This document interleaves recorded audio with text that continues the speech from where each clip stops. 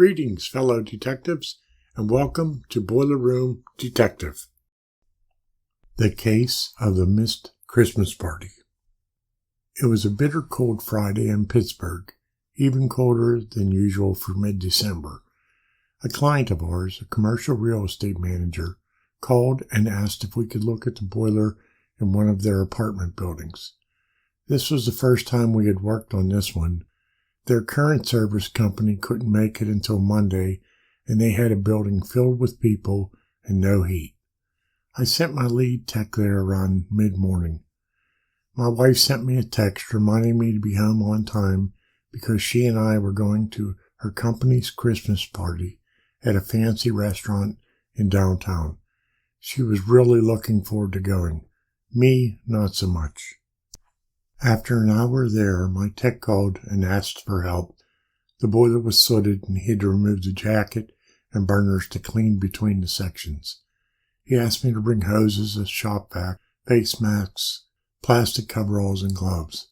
I loaded my truck and headed there since all the other techs were busy on no heat calls. When I arrived, the tech was covered in soot, reminding me of those old coal miner pictures from long ago. The tech pulled on the plastic coveralls, and I did the same. This was my first time cleaning a sooted boiler.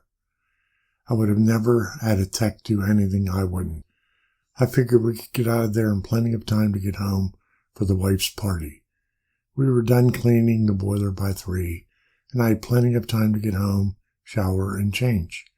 The reason the boiler was sooted was the low water temperature. They had set the boiler water temperature to 130 degrees supply, allowing the flue gases to condense. After removing the gloves, I looked at my hands. They were covered in soot, black as night. My service tech handed me a bottle of Gojo. After 2 attempts, the hands were still black. Try Dawn dish soap, he suggested. When I got home, I saw my reflection in the full-length mirror and gasped. My face and neck were covered in soot. I ran upstairs and into the shower. The soap in the shower did nothing to remove the black streaks on my neck, face, and hands. I remembered the Dawn dishwashing liquid suggestion and went to the kitchen. It had no effect. I even tried Comet Cleanser without success. The only thing it did was make my face red in between the black streaks. I went into the basement looking for another solution. I tried paint remover, sandcloth, and gasoline. Nothing helped. Then I heard the front door open. The wife called me, and I said, "I'm down here. Don't come down."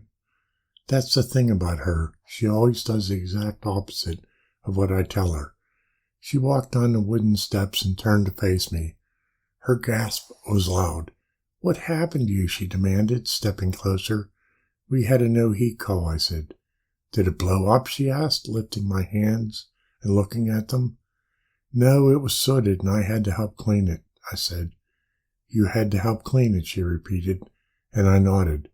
"Did you wear gloves?" she asked, and I nodded again. "What have you tried so far?" she asked. "Everything. Soap, paint remover, gasoline." "You use gasoline on your hands?" she asked, shocked. "And face," I answered, and she looked at me. "Come upstairs," she said, and I followed her. I sat on our bed as she tried makeup remover. She rubbed vigorously, and the soot was still there.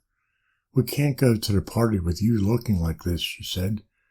Inwardly, I jumped for joy, but outwardly, I had a remorseful face.